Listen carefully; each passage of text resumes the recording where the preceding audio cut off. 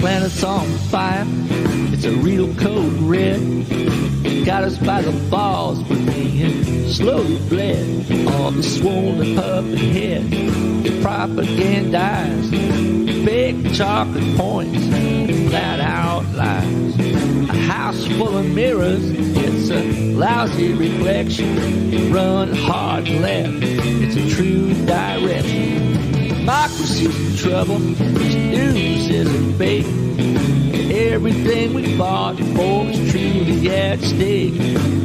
Border to border, coast to coast, it's time to view the talent and meet our host. It's Podcast by George. All right, folks, it's showtime.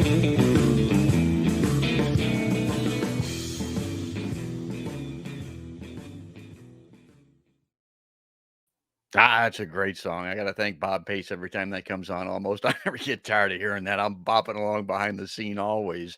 The great Bob Pace, the Iowa Blues Hall of Fame, Iowa Rock and Roll Hall of Fame member that does that song to open Podcast by George. We've got other songs and intros as well. We got a couple of kids that sing. We got the great Ron Placone doing his version, the Joe Strummer version of Podcast by George. But that's Bob Pace, and I want to welcome everybody in. Hello, hi, how are you? It's another live line this morning, and I really enjoy these because our guest is Ariana Pekary, and the title of the show today is Echoes Inside a Silo. Anybody in the heartland here that's been inside a silo knows all about the echo. That's the echosphere of the media echo chamber that we're talking about today, and Ariana knows all about that. And by way of introduction, Ariana Pekary is an award-winning journalist, formerly worked in public radio and cable news, where she became an integral part of a primetime show hosted by Lawrence O'Donnell at MSNBC.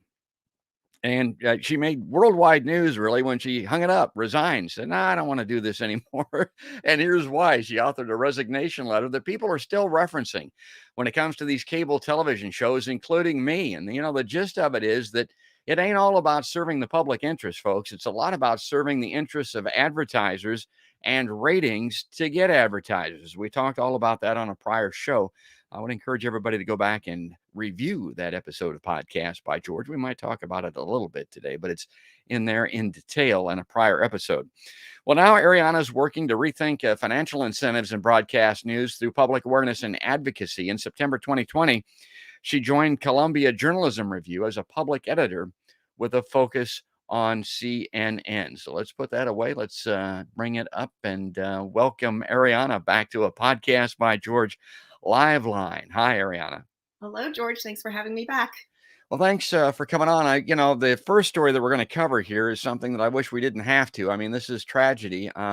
Journalists are heroes of mine, particularly war correspondents, that are out there doing it the right way for the right reasons. Now, careerists that are over there to, expand and enlarge their own careers and maybe to carry forward the company line for the United States. I'm not so crazy about that, but that's not what we're talking about today, folks. We're talking about Shireen Abu Akleh and what happened. It was all over the news here recently. Let me bring this graphic in here, and I got to bring this up to the beginning here so you can get a good look at the late, great Shireen. I mean, this is a real tragedy, and I want to read this from Jacobin by way of introduction and see if I can, get this to come up to where I can read it here, because sometimes this type is kind of small, folks. Israeli killed Al Jazeera journalist Shireen Abu Akleh. It must be held accountable. Now, this is an article in Jacobin, as I mentioned, co-authored by the great Medea Benjamin, who I hold in very high regard. As people know, I have Code Pink on the show all the time. The Israeli military's killing of journalist Shireen Abu Akleh is simply a more flagrant display of commonplace Israeli assaults on Palestinians. The only way to truly end the impunity is to cut off U.S. funding. Now, before I go on any further, a lot of people aren't aware this U.S. funding that they're talking about. It ain't no small deal, folks. We're talking about $5 billion a year. $1,700 to every Israeli family. Most of that aid, by the way, is for military stuff. I mean, that's what we're putting forward to Israel every single year. Let's continue this article here. The world, including the United States, has rightfully been in an uproar over the callous killing of the Palestinian-American 51-year-old veteran journalist Shireen Abu Akleh by the Israeli military. I want to emphasize the fact we're talking about a Palestinian-American here. The Al Jazeera journalist was shot while covering an Israeli military raid in the Jenin refugee camp in the West Bank. As her death hit the media, the Biden administration, as well as members of Congress, all the way up to House Speaker Nancy Pelosi, expressed condolences, called for a swift and thorough investigation, and said those responsible must be held accountable. Now, does that mean that Abu Akleh's killing won't be pushed under the rug like so many other killings of Palestinians, even Palestinian Americans? It says don't get your hopes up. I'm going to talk a little bit more about that, but I want to, again, get the thoughts of Ariana on this. I know you were well familiar with her and her work, and now it's been several days, a week or so, maybe longer since that killing occurred, Ariana. What are your thoughts today? I'm pretty infuriated, and I don't understand. It's and I'll explain why. This was an American citizen who was killed, and immediately there were legitimate reports that she was shot by members of the Israeli military. They countered initially by saying that no, there were some Palestinians in the area, and so they countered that way. Regardless, this was an American citizen who was killed in a conflict zone overseas as a journalist. And almost all journalists here in the United States, especially on television, ignored it. You didn't see any of that coverage anywhere. And Right. I have to believe that is just inherent racism. I'm sorry, I hate to use that term. I don't use it very often, but that's all I can come up with, because weeks ago, cameraman for Fox News got way more attention on CNN and That's on right. Netflix when he was killed in Ukraine. And that was a cameraman. I am not taking away from any of the coverage that he received. He should have. But this was an American citizen killed someplace else, and you could barely get any notice. I will say CNN, I think, did 3 spots on the day. None of it in prime time. Jake Tapper, Wolf Blitzer did a spot, and then I think overnight 3 a.m. They mentioned it. On MSNBC, Ayman Mohyeddin, he did a really nice piece for her, a 5-minute piece during prime time. I think he hosted, it was on the 8 p.m. program that night. So that was, applauded by me. But at the same time, it can't just be people of color who cover other people of color. And that's what it seemed like to me. And then, fast forward to this week, going to the point of racism and that's inherent in so much of our journalism. The man who attacked African Americans in the grocery store, that was clearly terrorism. His intention was to terrorize African Americans. I think he even said so in his manifesto. Yeah. And they don't call him, they're not referencing him as a terrorist.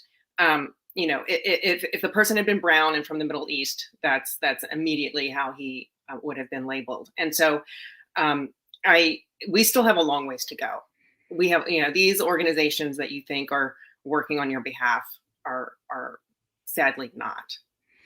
Well, that's where we started off. And as you mentioned, this is terrorism. It's domestic terrorism, in that instance in Buffalo. And if that was a person of color, if that was a person from the Middle East, we'd be over there maybe starting a war. I mean, thousands of people would be dying right now. I mean, bombs would be falling. That's how we would address it over there. And here, we don't even cover it in our mainstream media. Let me bring up another knot. I want to talk a little bit more about this. This is Chris Hedges. Now, I know Ariana, again, is well familiar with him. He's kind of a hero of mine. I'm reading one of his books here. I got this right there. I mean, and I'm not some people are a quick read, folks. I'm a slow read. It's taken me a while to get through it, but he's an excellent writer. He used to be with the New York Times. And he's got a Substack now. He's been taken off of television. He used to be on RT. We talked about how that was closed down.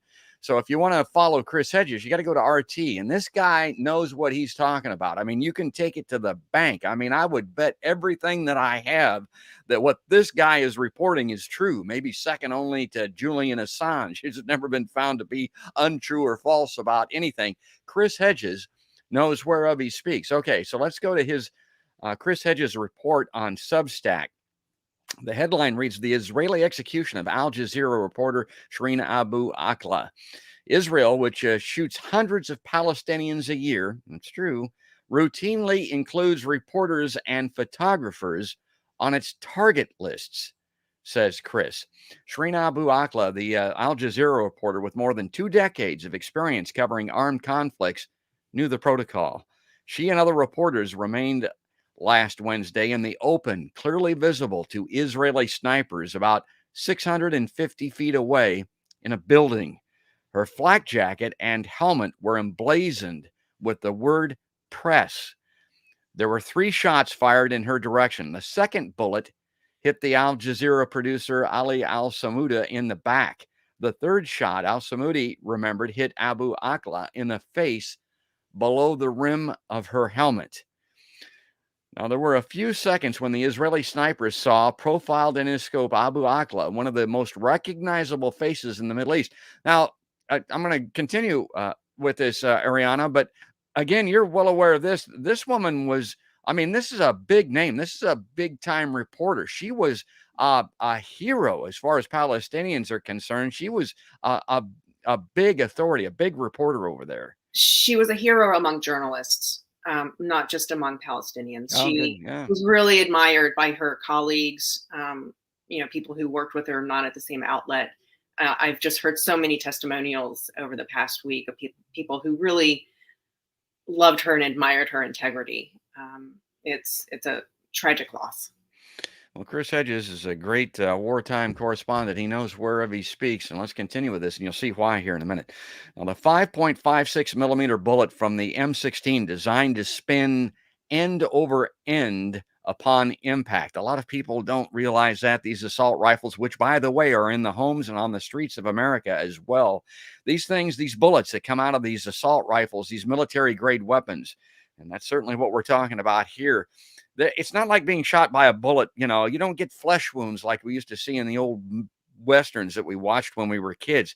These bullets hit you. It's like being hit with a bullet that's the size of a pop can. I mean, that's the kind of damage that it does. They kill instantly. They're designed to do that. That's what he's talking about here. So it would have obliterated most of Abu Akleh's head. The accuracy of the M16, especially the M16 4As, equipped with the Advanced Combat Optical Gun Sight, ACOG, a prismatic telescopic sight, is very high. In the fighting in Fallujah, so many dead insurgents were found with head wounds that observers at first thought they had been executed. The bullet that hit Abu Akleh was deftly placed between the very slim opening separating her helmet and the collar of her flak jacket. Another reason this was no accident. Chris Hedges says, I've been in combat, including in clashes between Israeli and Palestinian forces. Snipers are dreaded on a battlefield because each kill is calculated. The execution of Abu Akleh was not an accident. She was singled out for elimination. Whether this killing was ordered by commanding officers or whether it was the whim of an Israeli sniper, I cannot answer, Chris says. Israelis shoot so many Palestinians with impunity. My guess is the sniper knew he or she could kill Abu Akleh with never facing any consequences. And there's a picture of Chris. This is from his publisher, Simon & Schuster. He's a Pulitzer Prize-winning journalist. He's one foreign correspondent and bureau chief in the Middle East and the Balkans. For 15 years, he reported for the New York Times. He previously had worked overseas for the Dallas Morning News, the Christian Science Monitor, and NPR. He was the host of the Emmy-nominated RT America show On Contact with Chris Hedges. And again, you want a good read, you want a good place to go, I would recommend Chris Hedges because, he speaks Arabic. He was in the Middle East. I mean, he knows all about what's going on over there. He's been there. He was fired from the New York Times because during the Iraq War, he said, "Hey, you guys, this is not what's happening. You're not understanding what's happening there." He was summarily dismissed. He's been marginalized, and now with the closing of RT America, he's somewhat demonized. But go to Substack, and you can check out his writings there. So now, and he's got this telling me right about the war. Yes. From the New York Times. I can't emphasize that enough. It's just again another infuriating. And I have to say, I'll make one quick addition to my comment a little bit ago about the racism that's inherent. I know that the people at these organizations care about the journalist.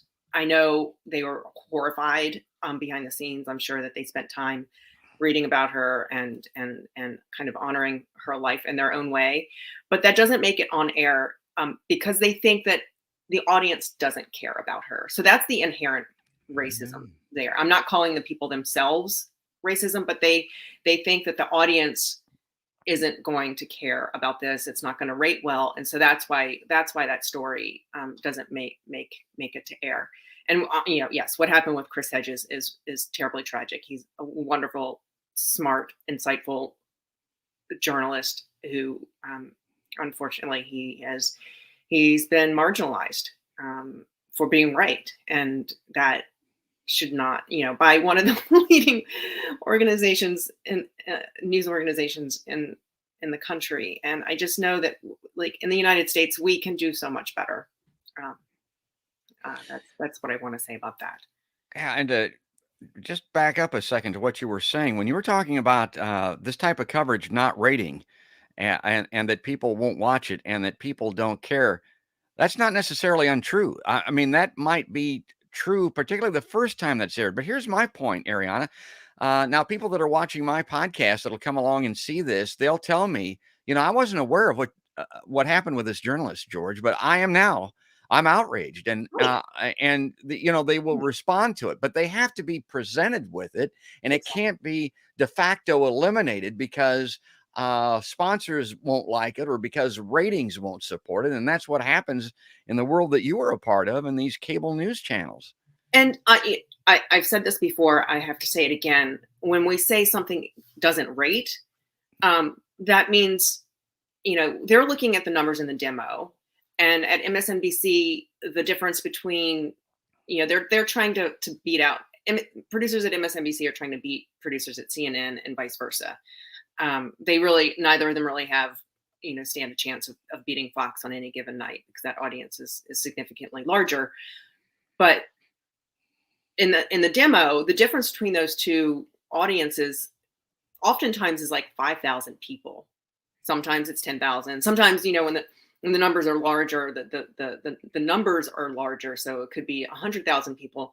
But when you look at the differences and compare them to the total audience, which is 1 million to 3 million, again, depending on, what era we're in. If it's, the middle of Trump chaos, the numbers are larger. Now the difference is, are smaller. But the percentage, that ends up being about 1% to 3% of their audience. And so when they say that something doesn't rate, it might have dropped a couple of points. And that's what they're sacrificing the integrity of their newscast for, is 1 to 3% of the total audience. Again, I have to make that point because it's you have to think about these decisions that they're making. It's not as though they're losing half of the audience, and so they're going to lose half of the advertising dollars. They're scrapping for every single pair of eyeballs that are out there, and that's why they're making decisions like this. And that's again, to me, why it's so tragic. Well, what about the other side of this? And I'm reminded of the Khashoggi killing.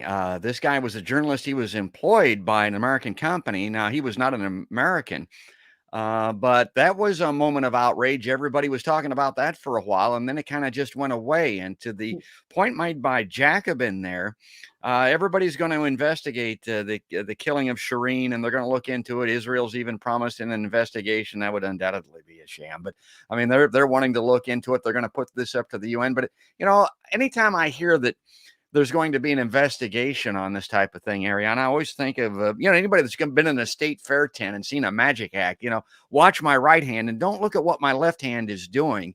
And nothing ever seems to become of these investigations. Again, based on Khashoggi, do you think anything's going to become of this? Well, first of all, I have to say, when those reports first started coming out about Khashoggi, I was at MSNBC and I was, raising them and saying we need to cover this, yes. On our show, Primetime MSNBC, and they didn't want to cover it initially.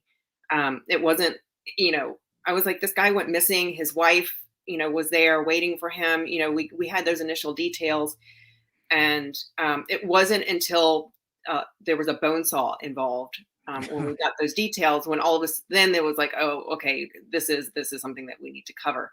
And there was also a lot of follow up that we didn't cover again because it just didn't make the cut.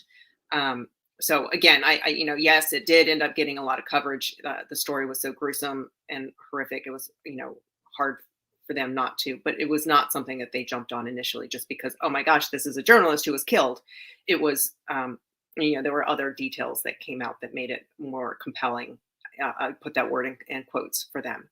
Like a bone saw, for instance, and the American fascination with blood and gore led by Hollywood. I've never been able to understand that. I've said right on my show, my God, back when I was a kid, I thought we were kind of going for sex sells, but anymore it seems like gore sells. So as soon as, not Al, but the, blood and guts kind of stuff, you get a bone saw involved and all of a sudden it shoots up to the top of the news. I mean, what's that say about the world maybe? And what's that say about us? Well, I'm not hopeful that much is going to become of this because, like I said, it'll be blocked and stonewalled by Israel. The United States with the Khashoggi killing and the Saudis definitely involved in that. That really didn't have any long-term effect or impact on the relationship between those two countries. We're pumping that $5 billion a year into Israel, which, by the way, has Medicare for all. They have universal health care for their people. We can't afford it in this country, and we're sending $5 billion over there that's mostly used for weaponry. So, by George, that's a good point. Yeah. So, why this is tragic. Well, here's another good point with the abortion thing here in the country. My wife is very quick to point out all the time that Israel has abortion on demand over there. So all of these right-wingers, conservatives that are behind the right to life here in this country and support Israel unequivocally, apparently are not applying that issue when they analyze the state of Israel. But anyway, I digress. I wanted to kind of stay on this journalism angle because that's what Ariana is all knowing and all best about. Before I move off of this, anything else in closing on this tragic killing that you want to bring home, Ariana? I think that we covered it. And what the point that you made, which was as soon as people hear about these stories, then they will start to tune in, pay attention, and react to them. And it's this risk-averse model where the producers are so afraid of losing, a tiny fraction of the audience. They just need to they shouldn't be scared of losing the audience. I mean, I know that their jobs are on the line, which is why they make decisions like they do. And I understand that they have, they want to succeed and they want to feed their families and they want to pay their bills. But that's why I just know that the financial incentives tied to the industry are so damaging, and it's preventing the journalism that the American audience deserves and actually wants. And the bigger point I want to make here, and I think this will help us segue into the rest of the conversation, is this is all part of the media. I'm going to borrow a term that I'm sure your audience is very familiar with. it's not the military industrial complex, it's the media industrial complex. Yeah. And it's not just these corporate outlets, it's everybody who is reliant on them. And it spans journalists in other organizations. The New York Times rely on the cable outlets because they, when they have breaking stories, their journalists go on, and that's free advertising for them. The correspondents may be paid contributors on these outlets. It's not just them; it's the agents who represent these people. They make lots of money. It's the book publishers who are representing these people, whether they're journalists or contributors. They make lots of money off of this. And so there's a whole system, and I'm unfortunately learning more and more about it the longer I'm out. And I talk to people. I talked to a former correspondent a couple of months ago. She left for the exact same reasons I did. But she doesn't want to put her name out there on this issue because she's trying to start up a new company, and she thinks that might jeopardize funding for her new venture. And it's hard to, it is a complex, and it's not just any one company. It's not any one aspect of the industry. It's not just cable news. It's everyone who is reliant on this financial structure. And that's what we need to think about and try to address at some point. Yeah, they're both in harness. I mean, they're hooked. They're together. I like that media industrial complex. One could not survive without the other. I mean, vice versa. I mean, that's what we're talking about here. There's that. There certainly is that. Yeah. Yeah. All right, good. Let's go from kind of the tragic, which is the way that we started doing. I mean, some people might call this ridiculous, but this is not equally, but this is very important too. Fiery Psaki ending tenure as a top White House messenger. This is from the Associated Press. This is what they said in the article. This was a quote from Martha Joint Kumar, a political science professor emeritus at Towson University and director of the White House Transition Project. Quote, anybody with a brain would want her to stay because she's so good. That's what she said about Psaki, a nonpartisan group that this woman heads that made the quote there to help streamline the transfer of power from one administration to the next. I'd never heard of such a thing, but succeeding Psaki is Karine Jean-Pierre, the first Black woman and openly LGBTQ person to be White House press secretary. She takes over the administration and navigating inflation and Russia's war with Ukraine, and as the Democratic Party is bracing for November election losses that could erase its control of Congress. Interesting context and framing here to this writing. The White House says Jean-Pierre, who has been Psaki's chief deputy, will bring strong personal expertise and personality to the briefing room. Now, those highlights are mine, but to me, that was all significant because that's what this is. I mean, we're talking personality. We're talking personality politics. This Karine Jean-Pierre was a top person in MoveOn.org, which actually is a good organization, which I kind of like. But then I look at it and think, well, okay, she's working for Biden and his White House, and he doesn't seem to be adhering to much of what MoveOn.org wants. He doesn't support Medicare. He doesn't support a Green New Deal. And here she is going to be his spokesperson in front of this briefing room. It says here, the closing sentence, she knows Biden well and has been a long time advisor. So I don't know. Some ways I think this stuff is important, Ariana, but in other ways I look at this and think, it really isn't. That briefing room and the comments and the reporting that comes out of there, it all seems like so much silliness at times. Yeah, I will say when there were the briefings, daily briefings through of course, every administration until Trump, and they were not necessarily must-watch TV. I think it's a way for the administration to go on the record about something, and that's probably its biggest value. It's not really informing people, but it's that act of going on the record, and so people can then call back on whatever their statement was. And through the daily churn of news, if a reporter needs a quote about whatever happened yesterday in Ukraine, or whatever may be happening with the bill making its way through the Senate, that is a good, easy place for them to go pluck a quote from the White House. So I think that's the value of that. You're not, certainly are not going to get, it's a certain level of transparency, but it's not freedom of information requests that we're getting here. We're not getting the internal deliberations, and I get it.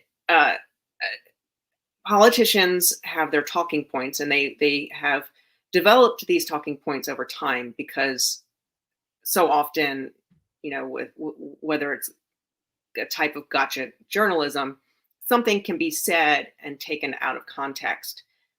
So they have to be very careful with their words. And unfortunately, I understand that, but it's not really journalism. That is stenography. And that's where we are in this day and age. And there is a revolving door between politics and journalism. And again, it's part of this media industrial complex. The media outlets need them. And, when CBS hired Mick Mulvaney, they said we need him essentially for access, when they figure that Republicans will take over. That is not journalism. And the thing that really irks me is so many people take this for granted these days. It's just it's the pro forma. It's just how things are, and it's how can you get upset about it? I will say there have been other organizations, whether they're advocacy organizations or political operations, that I believed in the mission, or I could see myself going to work there. I don't even consider doing that. I mean, I am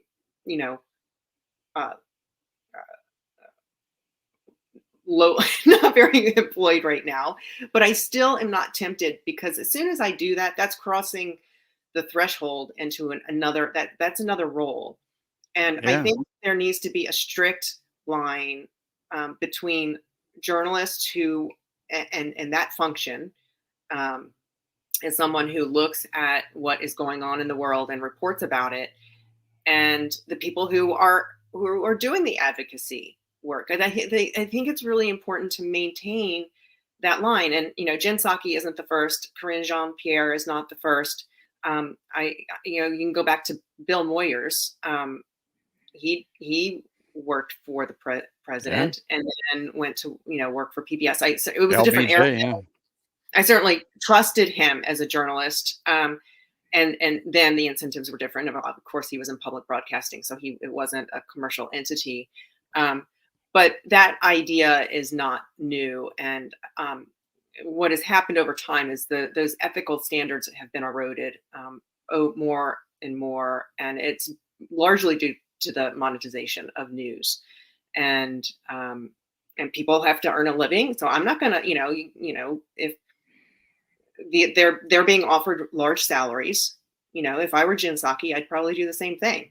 Yeah, heck yeah. If someone wants to pay me multi-millions every year. Yeah, multi-millions. We're going to get to that. Yeah. These people are making big money, folks. Exactly. Yeah, it is big money. And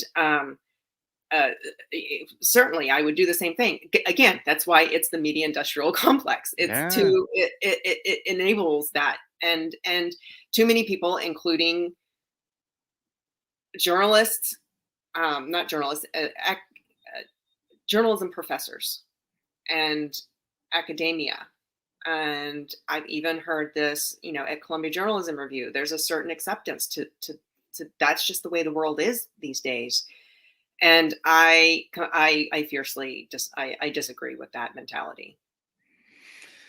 Well, it's part of this revolving door thing that you were talking about. I'm always struck by it. You're either a journalist or you're not. I mean, you got to, a lot of people would say it's kind of like being a Marine or something. You're either a journalist for life or you're not, folks. I mean, I don't know how they switch turncoats like this anytime the dollar signs come up, but that part of it always amazes me. The other thing about it is you're either, as I mentioned, you're either a MoveOn.org person or you're not. I mean, so how much veracity are we going to put into these people if they're going to move back and forth between these two worlds like this? And here's something I'm going to put out there, and I just want to get your reaction to this, and you can maybe expand upon it a little bit, but it's particularly interesting to me when it comes to Joe Biden and his White House. And I'll cite this example. Now, I was a young child when JFK was shot. But if you look back at his news conferences, I mean, this guy liked him. He was good at him. He had him every week or two. I mean, look at those things. Here's a guy that's young. He's sharp. He's on top of his game. You could look at that and, like him or not, you could at least have confidence that your president was in the game, boy, and he took all questions. I mean, you want to argue? You want to have you want to ask a tough question? Fire away. I'm ready. This is the guy. He was the PT 109 guy, folks. I mean, he wasn't afraid of anything. This guy wasn't. Then we got Joe Biden. Now, a lot of people are taking these daily press briefings and replacing these presidential news conferences. They're thinking that they're in some way equivalent. They're not.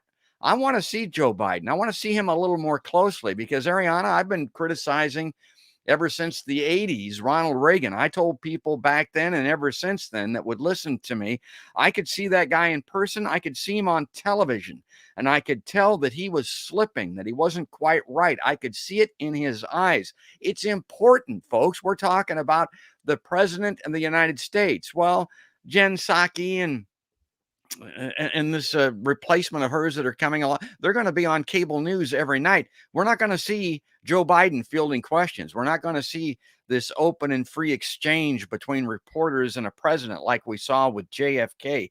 That concerns me. How much does it concern you? Well, it concerns me greatly. And yeah, there's there's an inherent conflict of interest, which is, we haven't articulated it that way. When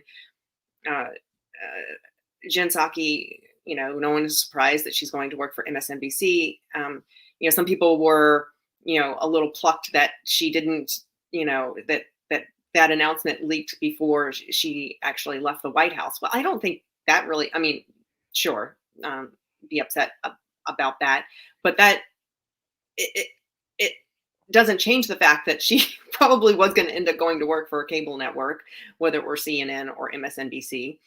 And so those conversations started a long time ago. And what does that mean to, the relationship between those journalists and her at the White House and then vice versa? Because, again, it's this industrial complex.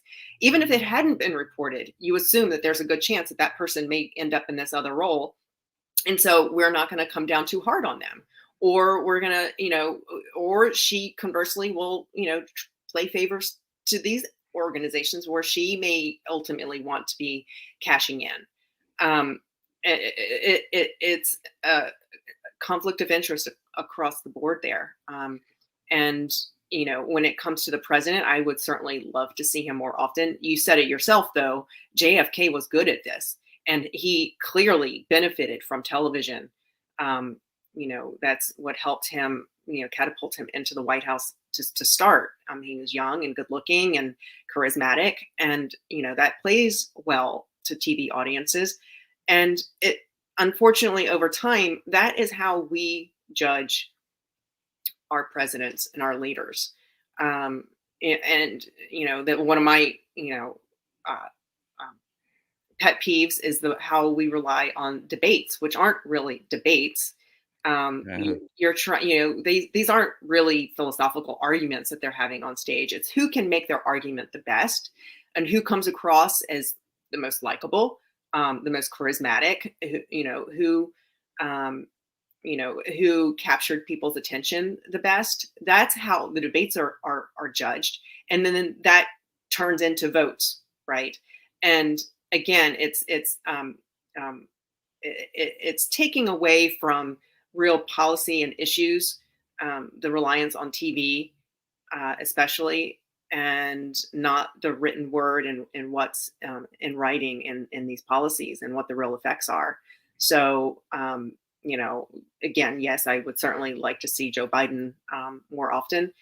I think you're right. It does make a difference when you can see the person in their own words and with their own facial expressions, expressing what they believe and what they think.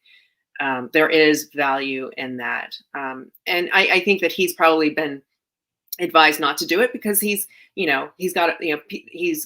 developed a reputation for making gaffes or saying things that he shouldn't. Yeah. And so I think it's a risk averse strategy to keep him out of those scenarios. I think it probably would help him more if he were actually in front of the cameras more often, even if he misspeaks or says something that is inartful or inarticulate, not really what he means. And the American people need that, and I think it's not a service by denying them that. I like a lot of what you said there. The one thing that struck me was you're talking about Psaki moving back and forth, between the White House and MSNBC. Americans, we've become a short attention span theater. I mean, we really have. We don't have the ability to think ahead more than, a few steps. But it also has to do with looking back more than a few steps. We can't see the future. We can't see the history. We don't.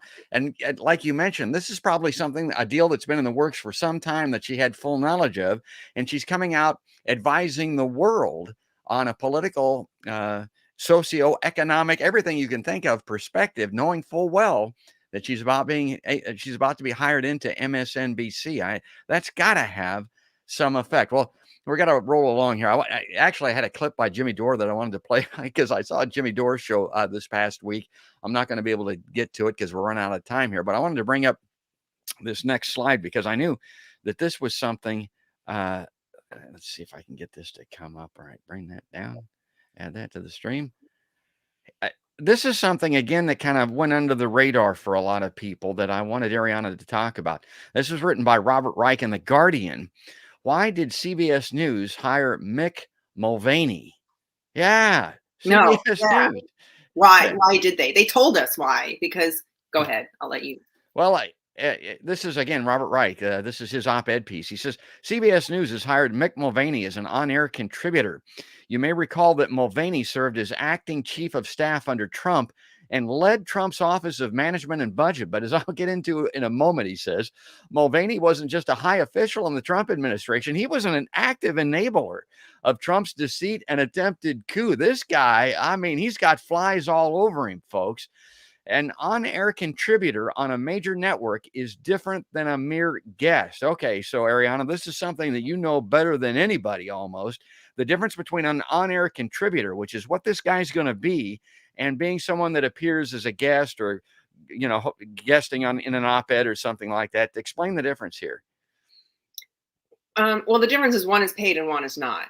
Oh, but to me, there really isn't any difference. You're giving this person a platform and you're presenting them to the audience as someone who we should be listening to and has an opinion and some integrity, why we should believe what they're saying.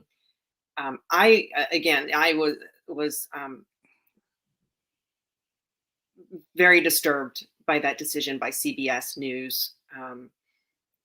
Edward R. Murrow certainly is rolling over in his grave, probably. My God, yeah.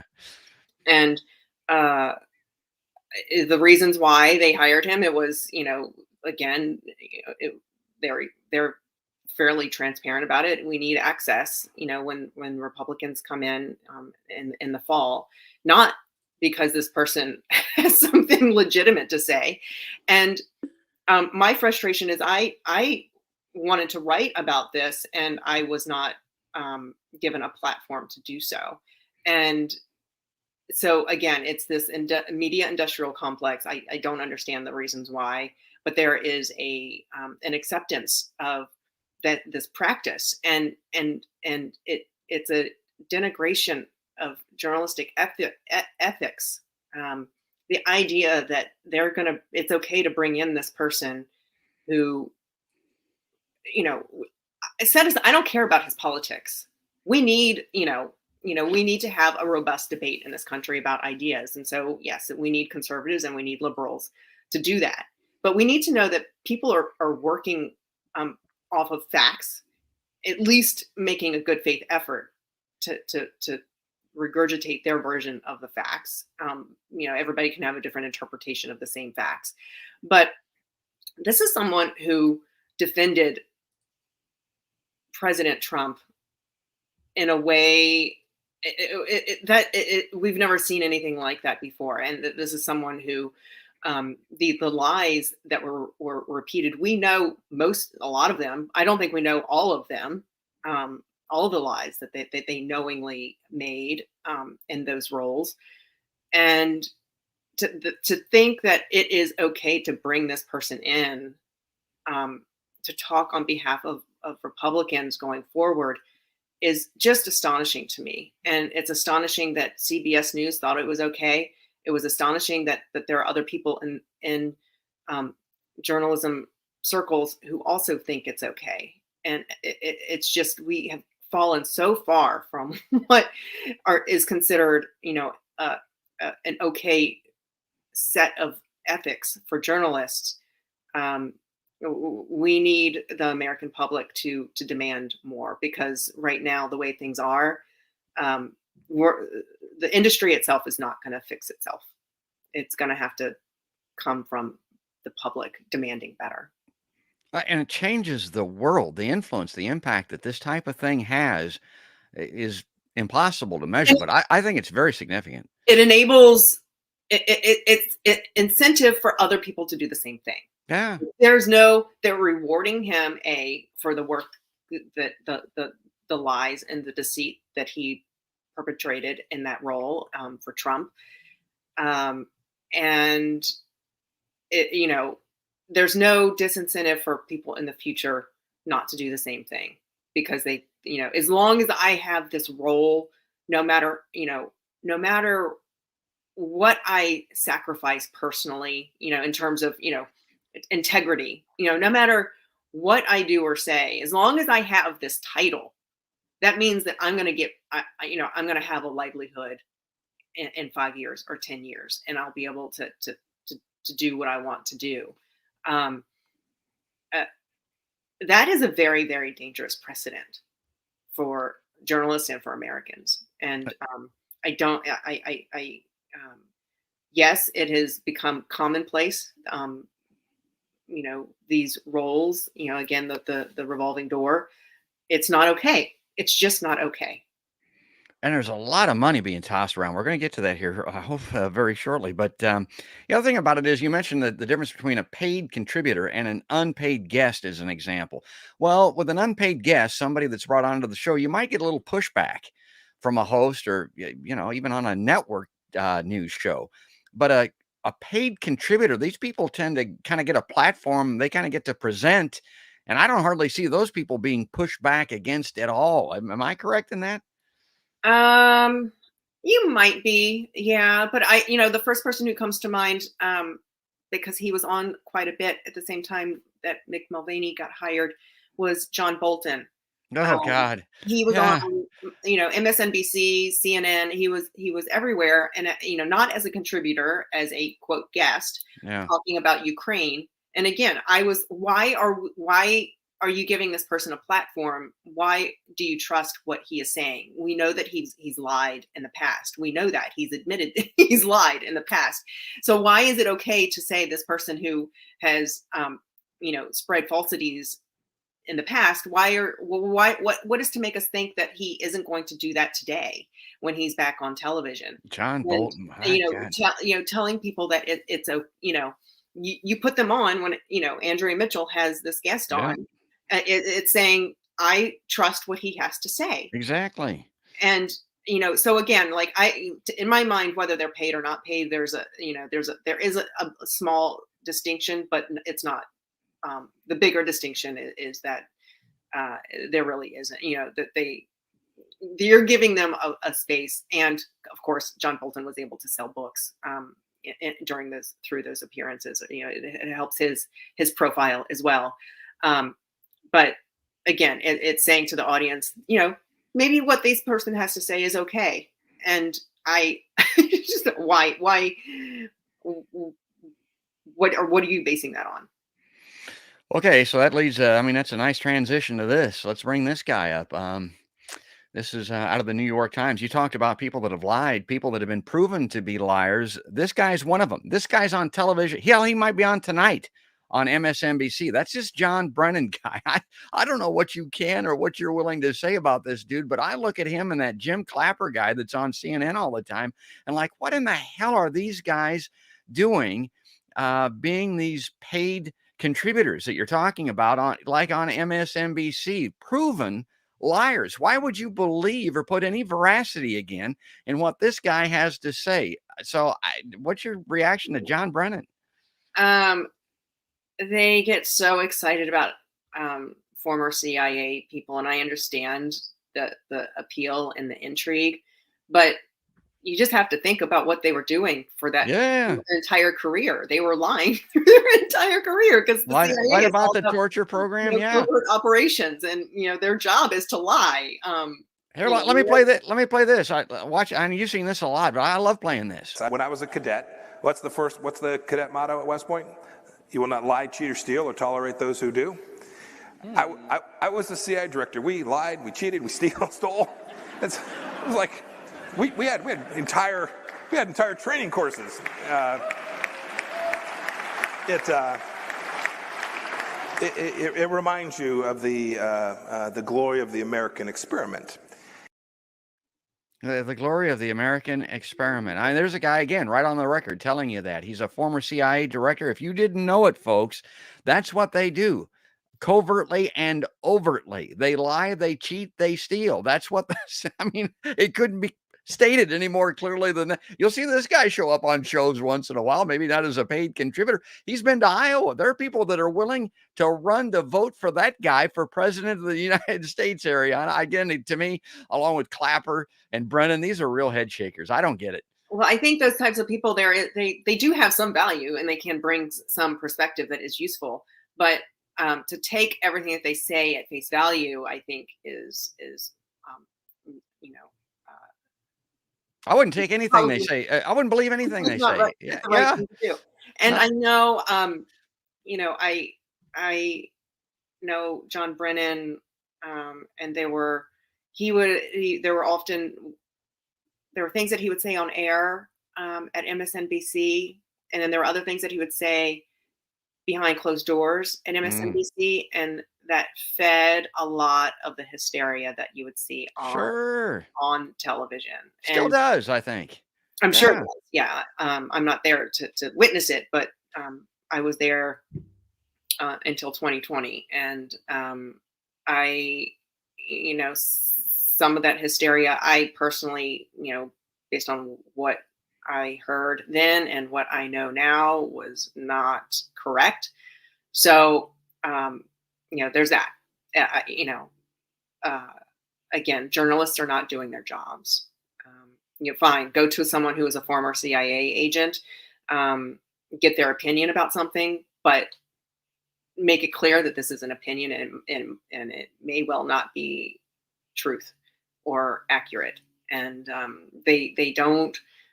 They put these people on a pedestal and are telling people to believe what they say as gospel, and that is just probably not what they should be doing.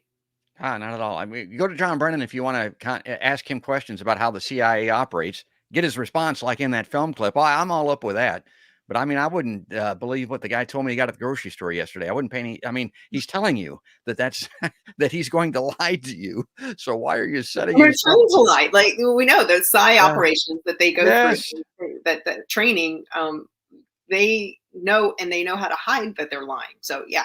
And that stuff's coming out of Ukraine every day. It's everywhere all the time. John Bolton, my God, the biggest warmonger in the world. The guy professes, I mean, he's a Monroe Doctrine guy. He would take over the Western Hemisphere. He believes that we own it. He just go down to Venezuela and take those oil fields and that country. I mean, and then they bring that guy on to talk about war. To talk about Ukraine, like, oh my God, it's just unbelievable to me. Okay, what should we be doing militarily here? Yeah, exactly. let me see if I can get What do you this think straight. he's going to say? What do you think he's going to say? Oh, we should practice neutrality. No, that is not what John Bolton is going to say. No, it's a given. All right, so let me bring this up and see if I can get this on screen here. Trust my technology a little bit. I want you to comment on this because, again, this is something that you know all about. Who are the highest paid news anchors? TV news anchors on the national level earn the big bucks. Here's what the top names are making. This was really an eye-opener for me. I was kind of surprised that. Now, this goes back to 2019. And the numbers probably haven't changed that much. The highest paid news anchors in 2019, number one, at Pantload Gas Bag, Sean Hannity, nearly $40 million a year. $40 million. I just wanted to surprise me right off the top. Diane Sawyer, a salary of $22 million. Does that surprise you, Ariana? That surprised me. I mean, she's been in the business a long time, but you just don't hear or see much of her outside, unless you're watching the newscast at the time. It surprised me a little bit. Go on through this list again. Robin Roberts. I don't watch a lot of Good Morning. I don't watch this daytime news, ABC stuff. That one surprised me. $18 million a year. The morning programs are the cash cows for the. Okay. So that's where that comes from. And the same for George Stephanopoulos. Yeah, he'll pop up every once in a while and make some news, but I'm thinking they're paying that guy $15 million a year. Anderson Cooper, as I like to call him, I've talked about him on the show before. That guy, he's rich and getting richer. He's a Vanderbilt. It's pointed out here as a result of his inheritance from his mother's estate, valued at $1.5 billion. You talk about a revolving door. A lot of people don't realize that his revolving door included, I think, an internship or some work at the CIA, folks. Now he's on 60 Minutes telling us how to think about the world. Shepard Smith. What happened to Shepard Smith? Is he on the internet or is he on a show somewhere? He was making $10 million a year. Okay. Yeah, I don't know what his salary looks like at CNBC. His show is not terribly successful, but he is, I think he left Fox and he's trying to do better journalism. Okay. Well, you can see here as I'm going through this list, there's Maria Bartiromo. Again, I don't watch Fox very often, so I'm not familiar with her. Joe Scarborough, $8 million a year back then. Don't know how much his wife is getting, but that's got to be a pretty profitable household there. Brett Baer. I think I had heard something about how much money this guy makes. He's a bigger influencer and moneymaker than a lot of people think. Wouldn't you agree? Yes. Yeah. Yes. Scott Pelley, again, talking about somebody that's got the pedigree, the background, the looks, the delivery. I mean, this guy is good on air, making $7 million a year. You can comment on any of those. And then here's the big one. And I think this number has gone up precipitously. Maybe it's going to go up some more because there's already an indication that once she steps aside, once she decides not to do any more MSNBC, I mean, we may see another network coming into the fold because. No. She signed the deal with MSNBC for $30 million. Oh, she did sign that. Okay. And she's going to be doing less of her nightly show. That's what I heard. Yeah. Projects, so kind of doing like documentary type things, but and election coverage, special night coverage. But yeah, her brand is now earning her $30 million. Wow. And talking about brands now, when she's not on, the number one rated television personality, I think, and it kind of says this, is Tucker Carlson, right? Yeah. He's taking the lead at Fox. Lawrence O'Donnell, we're going to run through these lists very quickly. That's somebody that Ariana is all well aware of. There's Lester Holt coming in. And another thing, when you think about these salaries, the anchors are incentivized not just by those numbers, but they're additionally incentivized by their annual ratings bonus. And that ratings bonus is usually about 10%. So you think about those numbers. If let's go back to Sean Hannity. I don't know if that 40 million includes his bonus, but when you think about what type of incentive is that, if say, okay, his salary is 40 million, 10% of that is 4 million, maybe his base salary was more like, 35 million. But that is real life incentive that I'm going to get an additional $4 or $5 million if I just cling on to a few more viewers. That's a lot of incentive for these people. Plus, he's a Trump White House advisor. You've seen the reporting on that. My God, the guy was basically running the country, it looks to me like. Yeah, and still is, based on recent report. Not Biden White House, but Republican. Trump, yeah, good. Oh, okay, well, I think we're about. This is a little bit more of the same. And now this is interesting because it's out of the Hollywood Reporter, and it's talking about the same thing. I think this is really enlightening, an eye opener. I mean, this is a great place to see this type of coverage. The Hollywood Reporter. And this is the media industrial complex. And in this story, it says that these anchors can expect to make 8-figure annual salaries. 8 figures is $10 million or above. So wow. That and then of course the agents, they make a percentage of those deals. I think I don't know, if book agents, I think it's like 15% is their cut. But yeah, so all of these people are incentivized to keep the status quo because they're all making a lot of money. I wanted to get to your comment on the last sentence of this before we leave today, because we're coming up on the top of the hour here. Matter of fact, we're a little bit over time, but I love talking to Ariana because she's so knowledgeable, and of course she's a broadcaster, so it's great to have somebody on that's this articulate that can explain these things. The last sentence or two here reads, they are walk down the street stars. We're talking about these hosts, and as a result of that, they are compensated in a commensurate way with what they are bringing to their respective employers, which is a real trusted source in news. And the last comment here, people enjoy watching them for different reasons. Okay, well, go back to yesteryear, maybe. I don't know. And think about Walter Cronkite and think these about. People are not Walter Cronkites. Yeah. People liked him because they felt he made them feel trusted, or they looked at the guy and he instilled this sense of confidence. Maybe some of these people they like to just look at, but the vast majority of this has got to be that they're getting reinforcement for political beliefs by watching these people. It's got to be. These people are actors. Yeah. And they know how to perform, and they know how to get people to follow them and to trust them. And unfortunately, I saw that myself.